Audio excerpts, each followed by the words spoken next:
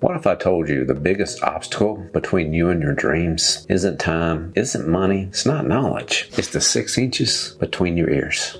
You see, for 20 plus years, I let my mind be my prison. And today I want to show you how I broke free and how my upcoming book, The Adaptive Edge, Leading with Purpose in Turbulent Times, became one of the keys to my escape. I'm Miles Threat. Thank you for joining me today for Legacy Leaders Lounge. And I help ambitious leaders just like you build a lasting legacy. And by the way, this just isn't a story about me writing my book. It's a story about the lies we tell ourselves, the dreams that we put on hold, and the transformation that happens when we finally decide to bet on ourselves. And I promise you, betting on yourself is the best bet you will ever make. So picture this, a young leader surrounded by mentors that he looks up to, that he admires. They've written books, they've changed lives, and they left their mark on the world. You see, that was me 2 decades ago. And a lot of those mentors, they had education, the PhDs, the doctorates. They were seen, looked at as thought leaders. And there I was, standing at the starting line. A race that I was afraid to begin. And some of that, for me, started back when I was in college, studying in university, working on my degree. My dream was to be a cross-cultural missionary, going overseas, sharing the gospel with people, seeing people come to the Lord, making a huge impact in community, helping transform lives and making a massive impact. And it was a big dream. And I began looking around at the leaders that I admired when I was in college. And most of those leaders had their name on a book somewhere. If they didn't write it themselves, they co-authored something with someone else. They were producing their own work. Yeah, they had had years of experience, but they also had that doctorate degree attached to their name. Now, don't get me wrong, they didn't make me feel like I wasn't adequate enough, but in my mind, I didn't think I would be enough. It wasn't that I wasn't smart, really and truly. I did decent in school. School was real work for me. Really don't have one specific learning channel that is my strength. So I had to work hard to get through school. And I realized that at that time and point in my life, I kind of thought you had to have all this experience, you had to have those degrees to go along with it to make that impact, to be that influence. And I was young. I didn't know no better. And really and truly, that thinking just kind of stayed right there. I kept thinking that way. I knew that I had something more to give. Can't really sit here and honestly pinpoint to you the time and place when I felt like I had a book in me. But I do know that as I was in my nonprofit career, that I knew that I had a book in me, but I didn't know how to bring it out. And I still never felt like I was qualified to do that. I think about it. In those early days, it was more of a wish. It was something I wish I would do later on in my life. Maybe if I had some major transformational experiences happen through my nonprofit work and I get some recognition for it, then I would write the book. Or maybe I came up with a new methodology or process to make an impact in communities or transform people's lives, that once I did that, then I could write the book. And it really became that thing I would do someday. Someday when something I did got a lot of recognition and made a huge impact, and I could convert that over into a book, into a story. But it always stayed someday. It stayed a wish for quite a long time, longer than it should have. And the thing about wishes and somedays without action, they're just comfortable excuses. So if you're still wishing on your dream, or you're thinking someday on your dream, it's just a comfortable excuse you have made for yourself right now. So have you ever built a prison so comfortable that you didn't even realize you were in one? You see, that's what I did with these thoughts. One of the thoughts I had to deal with was I don't have enough experience. If I was to go back to my nonprofit work, by the time I was 5 years in it, I had a lot of experience already. I had done a lot of things. There are a lot of things that I could have used at that point in time in my life that I could have written a book then. You think about it for yourself. That dream that you have, that wish, that someday, how much experience do you really need to have? I can tell you that the only experience you really need to have is you be 1 or 2 steps ahead of someone else. You can write a book for those people, because the reality is your new experiences that have put you a few steps ahead could be a year or 2 down the road. I don't know time frame wise. I'm not going to sit here and guess and tell you. I just estimated just a minute ago the 5 years in on my nonprofit work. I could have written a book on how to establish yourself in a new community cross-culturally. I could have done that because I did it. I had enough experience. I was close enough to it and just removed from it just enough to add value to people because I was a few steps ahead. So you don't have to do it for 10 to 20 years to prove that you have enough experience. Just get one step ahead. If you're one step ahead of someone else, you have something to offer them. Another limiting belief is I'm not well known enough. The reality is, in today's world with social media and the way the algorithm is working right now,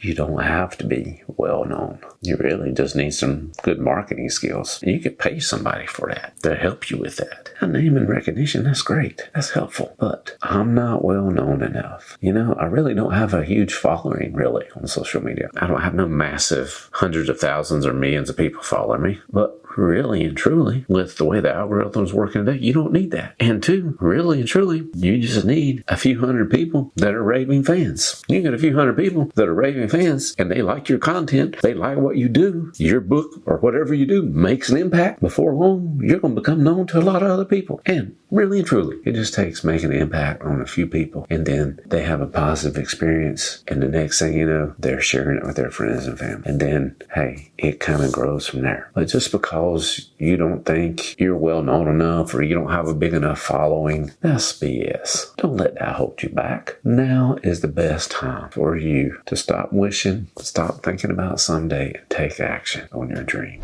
Another big one that I really had to work on, and I probably worked on this one a lot more in the last few years, but even back in the day, it was something I struggled with, and it's what extra value can I add to leadership? Even though this has been holding me back for way too long, I have a lot of value I know I can add to leadership. Because the reality is, everywhere you look right now, it is still a need. Some people think it might be even a saturated market, but there are industries everywhere looking for people to help develop their leaders. Hey, you got people that are being promoted into leadership positions. They are not ready for it and they need help. And yeah, you're giving them the titles, you're promoting them, and they need help. There's whole companies with staff. There's not an organization, I don't know, just looking for a way to help develop and grow their leaders so they can develop and grow their business. And there's not a nonprofit leader or an entrepreneur out there that I don't know that doesn't need some help in this area. Because guess what? They're going to have to lead people as well. And they're looking for answers. They're looking for help. And there's tons of resources available. And I know I am creating another resource. I have created a model and a resource based on my experience, based on what I see in the marketplace, based on where trends are right now, and what I feel like leaders in the operations space, leaders in the nonprofit space, leaders in the entrepreneurial space need right now, because they need to know how to lead with purpose. The times are very turbulent. They need to know how they can adapt and adapt quickly, because changes are happening fast. Chaos happens all the time, and we need leaders that can lead in the midst of the turbulence, in the midst of the chaos, and do it with purpose and intention. But it took some time for me to overcome those negative thoughts.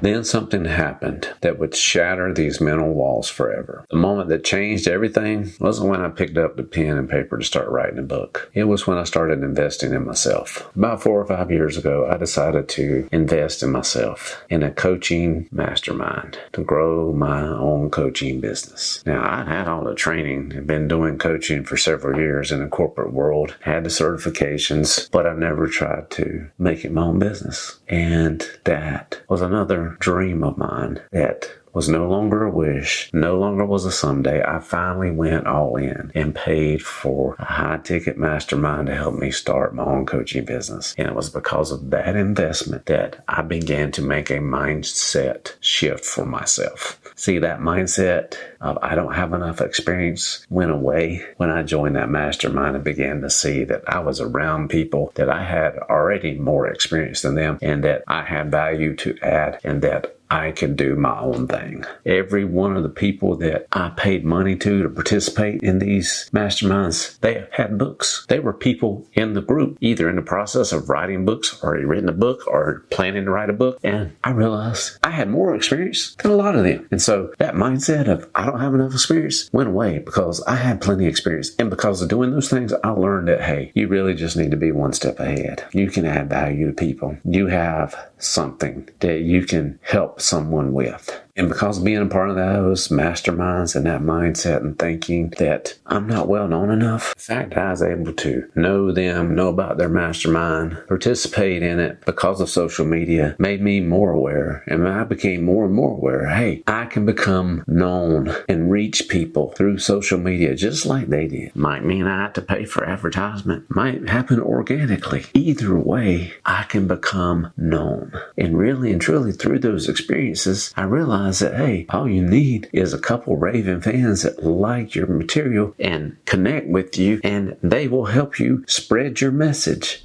And the final one, what other mindset shift I had about me being able to add value to leadership. There again, by participating in these masterminds, by looking at my experience, really and truly just becoming more confident in general and putting myself out there on social media more and more and seeing that other people were doing it and I had as much experience or more than they did. Gave me the confidence that I can do this, that I can step out, that those mindsets are no longer going to hold me back.